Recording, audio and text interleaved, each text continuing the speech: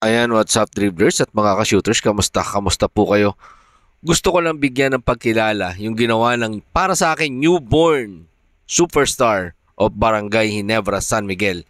Ito pong si Rafael Cu sa naging laban kontra sa Northport kagabi. Matapos po tayo maglambing ng isang like, share, comment down below and don't forget to subscribe and hit that notification bell button para updated po tayo sa ating mga video. Mga shooters, gusto ko lang pong bigyan ng isang pagkilala ang isang newborn star of Barangay Ginebra, San Miguel.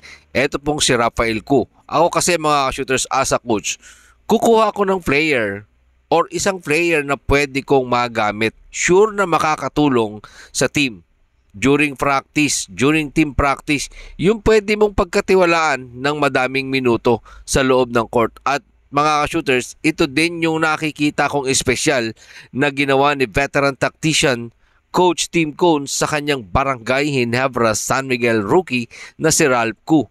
Most especially mga shooters dito sa PBA as a professional league, si Coach Tim Cone kasi hindi talaga ito nagbibigay ng mahabang playing time sa mga rookie.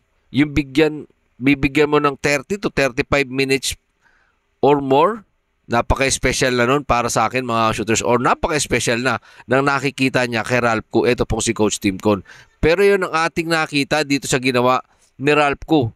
And the last few games, mga shooters, parang nakikita ko nasa trial stage ito pong Barangay Ginebra San Miguel. Parang naghahanap si Coach Tim Cone ng mga bagong combination. Unang-una na po yung naging laro ng Barangay Ginebra San Miguel. At kalaban po dyan yung rain or shine. Ito pong si Ralph Cu, binigyan niya ng 25 minutes.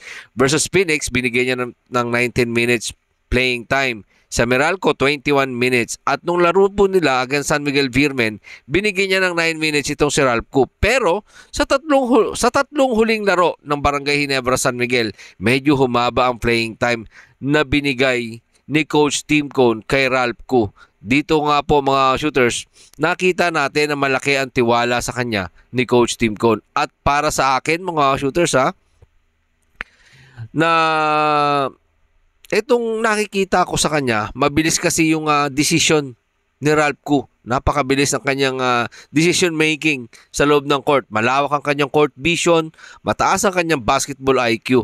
Siguro malaki ang naitulong sa kanya ng paglalaro niya doon sa 3x3 kasi iba talaga yung playing doon sa 3x3 mga shooters no para kay Ralph Cu.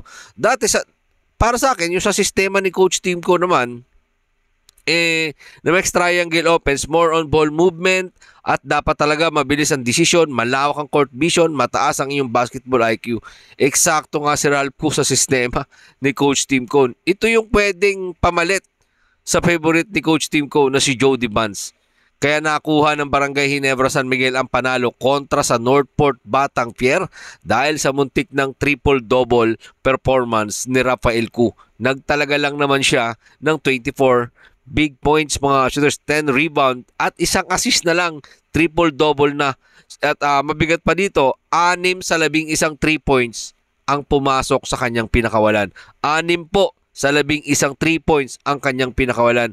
At matindi po dyan, sa likod na magandang laro ni Christian Stan Hardinger na nagtala ng kanyang 25 points, 17 rebounds, Malonzo na may 14, Aham Nisi 13, Thompson 10, Japet Aguilar na may 4 na puntos. Yun ang dapat mga shooters. Kapag off night si Japet Aguilar, kapag off night yung Japet Aguilar, ay may pwedeng mag-contribute or pwedeng mag-step up tulad ni Rafael Cu mga shooters. Dahil kailangan ng Barangay Ginebra yung mga ganitong klaseng sitwasyon. Diba? Yung ganitong klaseng player na pwedeng mag-step up anytime na kapag hindi nga available ang Japet Aguilar, hindi available ang Christian Stan Hardinger, ay may Rafael Cu ka na pwedeng mag-ambag or pwedeng tumulong sa iyong kupunan mga shooters. And hopefully, sa mga susunod na laro ng Barangay Ginebra this coming Friday kontra Talk and Text Tropang Giga, ay makita nating muling maglaro ng matikas na ganito si Rafael Cu. At siyempre asahan natin yung Jamie Malonzo, sana maganda po ang magiging kondisyon ni Jamie Malonzo at walang nangyaring hindi mabigat yung injury. Mahaba-haba pa naman itong pahinga ng Barangay Ginebra kontra po dito sa Talk and Text Tropang Giga. Ayan, ginawan lang natin ng very special yung Rafael Cu dahil sa nakita natin na talaga namang mapapakinabangan ng Barangay Ginebra etong kanilang rookie. Marami pong salamat sa inyong panonood. Ano man po ang inyong opinion? Pag-usapan po natin yan dyan sa comment section. Ingat and God bless everyone. Adjourn.